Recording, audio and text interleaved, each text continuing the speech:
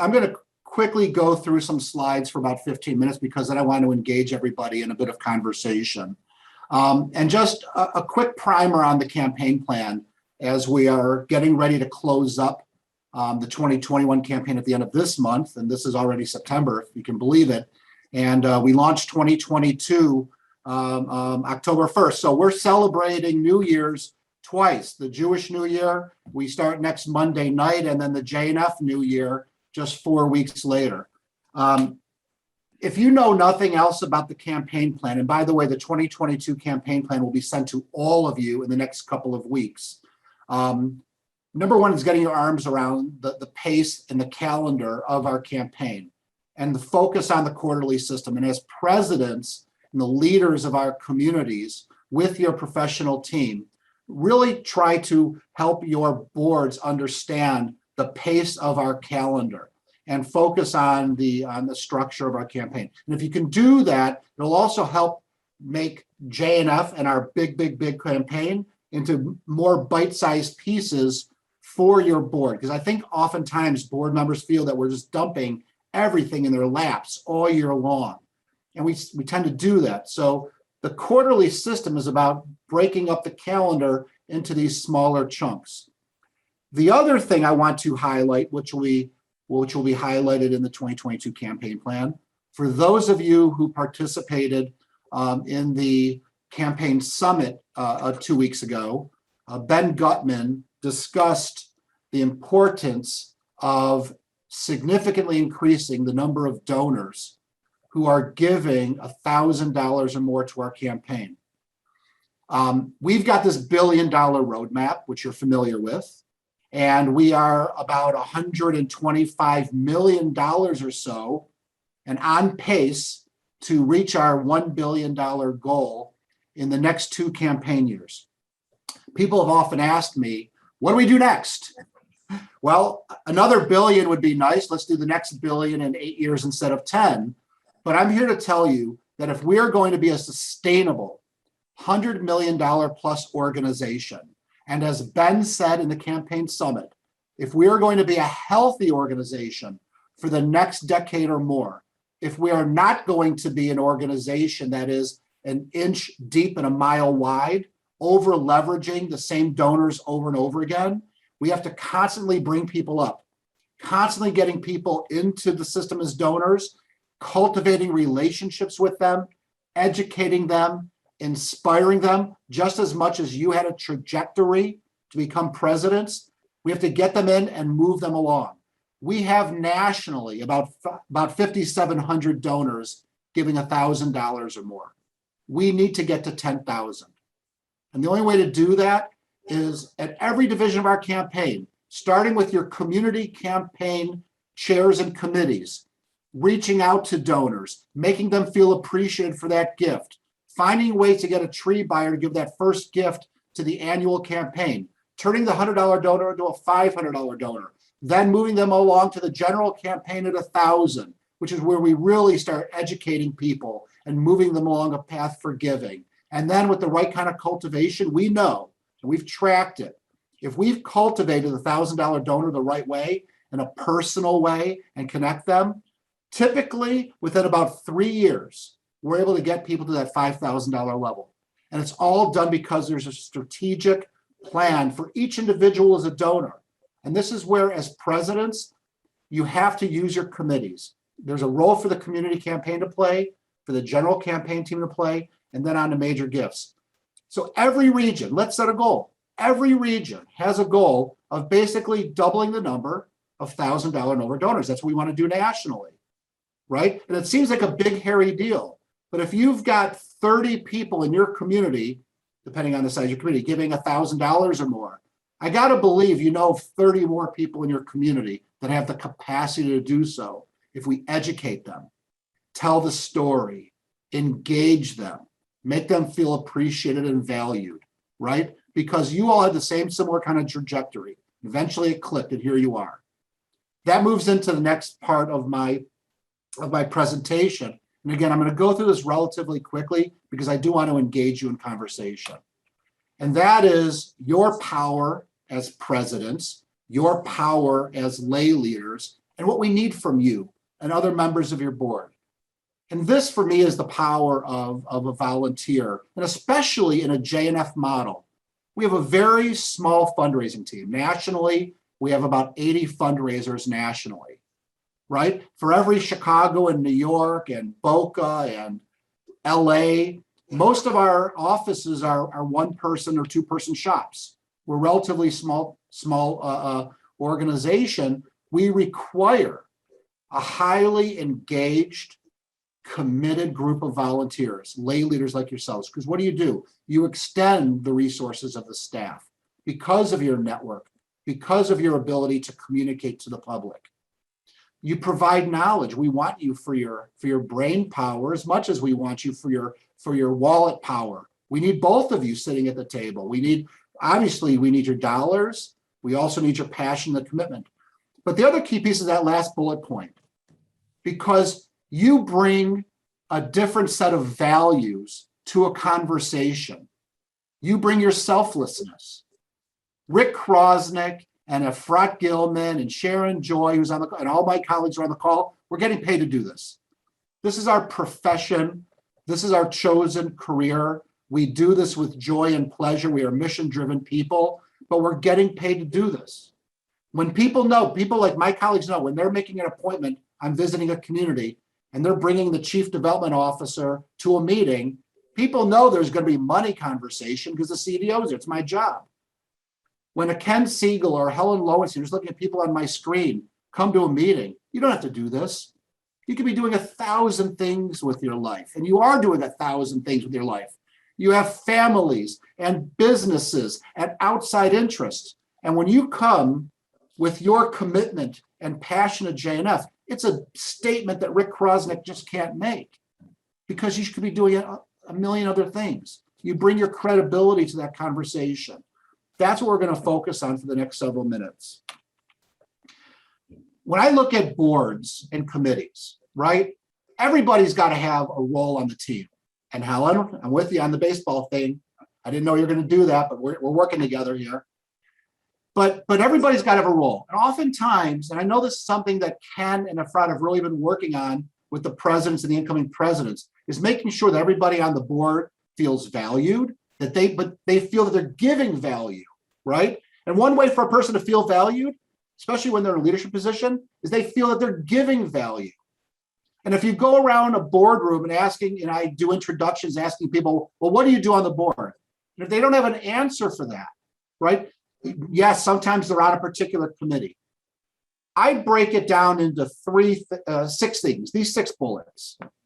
I can't even count. I got math issues. But these 6 things, and these are, I think, the things that every board member, and they don't want to do all of them, but they should be doing something here. Are they a solicitor? Do they go out and ask for money? Are they an advocate and promoter? We're going to talk a lot about that. That means that you're the spokesperson. You're screaming from the rooftops, I love JNF and you should too. Let me tell you why. They're a recruiter. They may not feel comfortable soliciting, but guess what?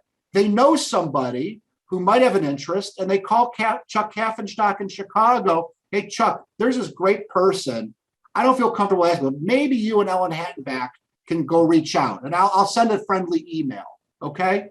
Now, when we do an event like a breakfast for Israel, that they're a table captain, recruiting 9 people to come sit at their table, whether a virtual table or in person, that they open up their home.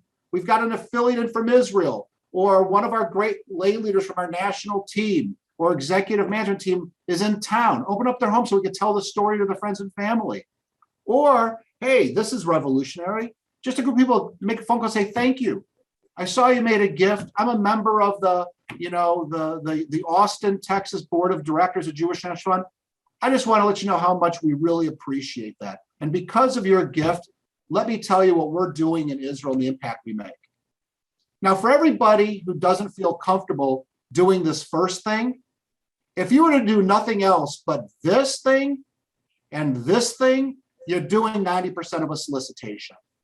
Because solicitation, it's all about telling a story and creating a sense of, passion and awareness, looking at shared values, making people feel valued. That's 90% of the game. when you think about your boards and the people on your boards, everybody on the board has to be at least doing one of these. I mean, really think about what we do as an organization and our mission. If they're not doing any one of these, then what are they doing on the board? And yes, if they're writing a big check, we thank them too, because there's value. What I'm saying though is if they want to participate and we want people to participate, there might be other things you can add to the list, but I'm not sure what they are. Because in our campaign ecosystem, this is what it means to really be active as a lay leader JNF. And again, you don't have to do all of them. You may only do one, but they might feel really good about that one. I recruited 9 people to come to the Breakfast for Israel, and my 9 people made gifts. We got 2 new gifts, and 1 person increased their gift, and I feel great about that, and that's got value. So as I mentioned, 90% of the solicitation is telling the story, making a personal connection, right? Many of you, I guess some of you have heard me do solicitation training sessions in the past. And the statement I always make, which makes my fundraising professional team, go apoplectic and their hearts start racing, is when I say, hey, lay leaders, I know many of you feel uncomfortable asking for money. Well, let me tell you, you don't have to. Now, I freak out. And Chuck, don't get in an accident. You're driving. Drive safely in your car. But I'm here to tell you, you don't have to, because guess what? We have people who do, who feel comfortable, who get paid to do it for a living. We at very minimum need you to do this piece. If you are on the board of directors of Jewish National Fund, if you're on a committee of Jewish National Fund, if you're on a task force of Jewish National Fund, do you think you should keep it a secret? Because if you're writing a significant check to Jewish National Fund, and if you're on one of those, you are, and if you're giving your time to the organization like you are now, and now you know how many phone calls you're on, and Zoom calls you're on, and personal meetings you're on, you know that once you say, yes, I'll join a committee, the flow of emails increases in your inbox tenfold. And then when you agree to chair something, tenfold on top of that, and that takes an hour to go through, I get it. But for you to do all of that and not let your world know that you're doing this, that it's such an important, fundamental part of your life, I don't get it. And if all you did in a meeting, if I've got a meeting with a prospect, and I say, I'm going to bring Gary Kushner to this meeting with me, great guy in DC. He's really involved with JNF, and I want you to hear from Gary why he's so involved. And I know that Gary's a killer. He doesn't mind asking anybody for money, as long as they're not billable hours for you. But you're retired, so you don't need the billable hours. But if I bring a Gary Kushner to the meeting and all Gary tells you is, let me tell you why JNF is so important to me. Let me tell you why I got so involved. I'm telling you, that's the solicitation. Because all Rick Krosnick has to do is, Gary's right. And will you consider joining us? Will you join us? Will you become a member of our President's Society? Well, what is that?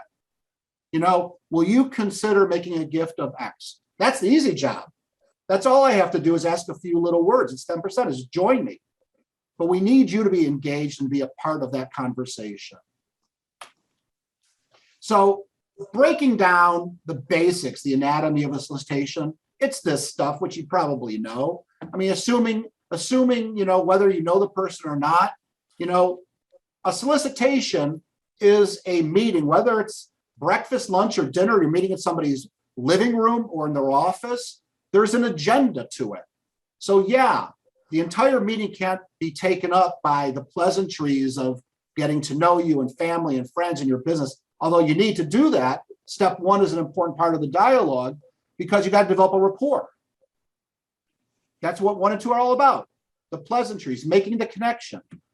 In advance, assuming you're going into the meeting with your professional partner, or if you're going alone, know in your mind, have a game plan for what the ask is. Have a game plan. Even though when you're sitting in the meeting, sometimes the game plan changes, right? Because we've all been in discussions and negotiation happens. Show them how they can make a difference in Israel, right? It's not telling somebody to give X. It's about the impact they can make by joining us, just as you have been able to make an impact. And you can talk about some of the tangible things that we're doing in Israel and how they can be a part of it. Understand that there's going to be no's, but always expect a yes. And in this game, and especially for those of us who've been doing fundraising for a long time, we're used to no. We're used to no. Remember when you taught your kid the word no, and you said, why the heck did we do that? And it was like, for a year, all you got out of the kid was no, no, no, no, no. It's the same. You gotta become Teflon to the no. But then because when you get the yes, it's such joy when you get that victory. Make sure the person you're talking to understands the impact of the JNF mission. Because listen, we don't always get the yes.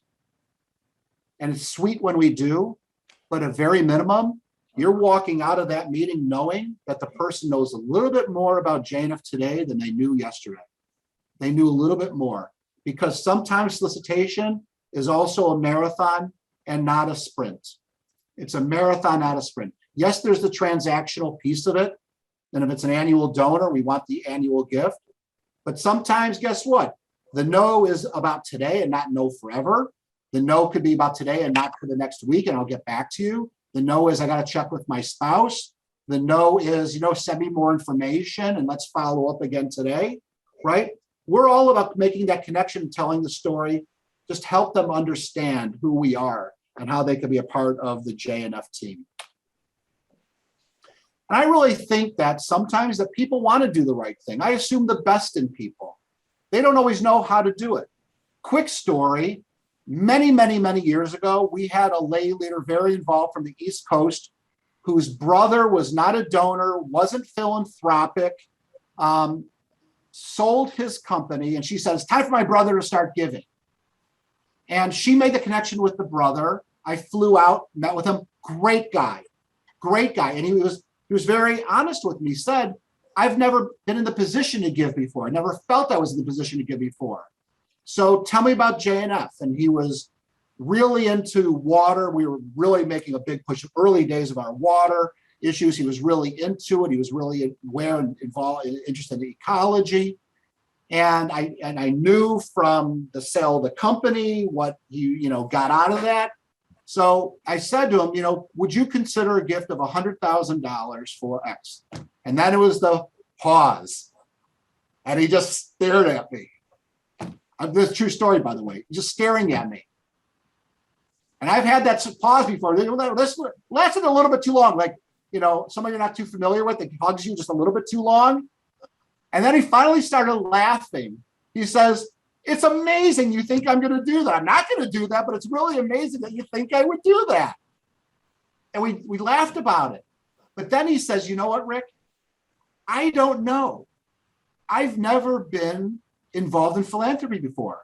I don't know if I did that, am I a schmo because you got me and I'm giving too much? And if I say, well, I'm going to give you this, then I'm a schmo because I'm giving too little? I really don't know. And so what I did was, I said, the guy's name happens to be Josh. I said, Josh, you know what? That is actually a very interesting, you're right. Would you be interested in talking to a lay leader who's really involved with JNF, who was a professional and then became a lay person, been active in, he says, yeah, I would. And I connected with somebody who was on the national board at the time. The two of them hit it off, and he had a mentor. He had a philanthropic mentor. The upshot of it is that he made a donation of $25,000 payable over 2 years, which was a lot of money for him. But guess what? He was from a zero to now he's a member of our President's Society. In year 3, we solicited him, and guess what he did? He made a gift of $25,000 for 1 year. But the point of it was about this relationship that we formed, right? They don't always know. So listen, that second bullet there, he was a zero donor, but I had some information and I went for it, right? And we did it the right way. And I was proud of the Ask a JNF, proud of the organization, proud that we got an organization that people give that kind of money to. And I wasn't demanding. I didn't say, you need to do this. You ought to do this. You should do this, because the words matter too, right? We had the right kind of conversation. Ultimately, it turned out to be a really beautiful, beautiful process. We helped a person see how they could make a philanthropic impact in a way that they felt comfortable with about something that was important to him in this particular case. And so here are some buzz phrases that I've used in Rick's playbook going back over a number of years, right? Because again, it's, you could, as a layperson, I'll say this, I want to say another thing. Lay people could get away with something that professionals often can't, especially if you've got a very strong relationship with somebody, especially if, and we know we live in a quid pro quo world, which I know one of the challenges that lay leaders often face, feel uncomfortable soliciting, because if you solicit a friend or family member, you know that you open yourself up in fairness to a solicitation from them to you about something that's important to them, and that's fair. But even though you can sometimes take on a more aggressive posture, I feel that these are winners because you're just helping to guide somebody. I got something important to ask you. Make the transition. Something that's very near and dear to my heart. Make the transition. We got a goal. We need to raise X. We just need to get another $100,000 to get over the hump. Can you help make it happen for us? Right? Would you be willing to contribute $5,000 to help us reach that goal? And this is a winner, because a lot of people want to know that other people are doing it too. Our goal is to have 40 people in our community giving $10,000 or more. We already have 28. Will you be number 29? Because sometimes people want to know that I'm not the only one. Others are doing this, and we're all in this together. So I'm going to stop my share. Several years back, we had an in-person meeting of presidents. It might have been at one of our national conferences. And we were going around the room. We were talking about this very issue back then. Maybe some of my colleagues might remember who were there in that meeting. And there was one president who was so honest and really cut through it and said, the truth of the matter is, I don't really talk to my friends very much about JNF. It's like my thing. It's my thing. And, I should. And that just turned into a whole conversation. This is the president of the board of a community. Now, this person was in love with JNF, gave so much time, gave so much of the resources JNF loved. That was my thing. My thing. Now, think about that. You're at the top of the food chain in leadership. We can do a heck of a lot better job of everything that we do, right? Everything that we do. I can do a better job managing my fundraising team. Marketing can do a better job of segment marketing to people specifically on issues they're not overloaded. We're going to continue to learn and grow as an organization. And not for nothing, we're at $115 million today on a campaign, that's not going to close for a month. And we have 4,500 new donors to the system. So not for nothing. But if we don't have you, and the truth of the matter is the answer to why people are saying JNF to treat people, because not enough of us for not enough years have been screaming from the rooftops. Join me. Let me tell you how it turns me on. Let me tell you how I feel when I do. Let me tell you about the impact that I made. Let me tell you, I just got off the Zoom call and what I learned. There's not a person on this call who doesn't have a problem telling their friend over a cup of coffee about the book they just couldn't put down, about the binge watching we've been doing, now this show and that show and this show and that show, about the movie that is, whatever, the new restaurant that opened up, whatever, pre-COVID days, whatever, and the great meal you had. We do that stuff every day. And we're not talking to people about something that is so fundamentally important in our lives. Why? And more than that, I'm just going to put it out there, and you guys can feel free to yell at me later, call me, argue with me, send me nasty emails. It's selfish when we don't. It's selfish that we don't share this. We're going into high holiday season. I can pontificate like this now. right? It is selfish. It is selfish when we keep it to ourselves. Think about the joy you have being part of the Jana family. Think about what it does for you as a human being to feel that sense of connectedness with people of shared values. Yes, it's a pain in the tuchus to be on another Zoom call in the middle of the day like this one. But you can't tell me it doesn't feel good to see your friends across the country who have the same values as you. You can't tell me our sense of disappointment about not going in October was all of these people that you feel so deeply connected to that you wanted to feel that mojo. So it is selfish. It is absolutely selfish when we don't share that and bring more people in to feel what you feel as a human being. If you do nothing in your presidency, if you do nothing as a lay leader for Jewish National Fund, if you want to see Jewish National Fund exist for the next 100 years, for your children and your grandchildren and your great-grandchildren, you will scream from the rooftops what Jewish National Fund is all about, what you do, how it makes you feel, and how they too can be a part of it. If you do that, you don't have to ask for a penny. Join me, follow me. You will make sure that Jewish National Fund will indeed be here and that Israel will be here for the next 100 years or more. So, I felt like getting on my high horse, getting into the high holiday season.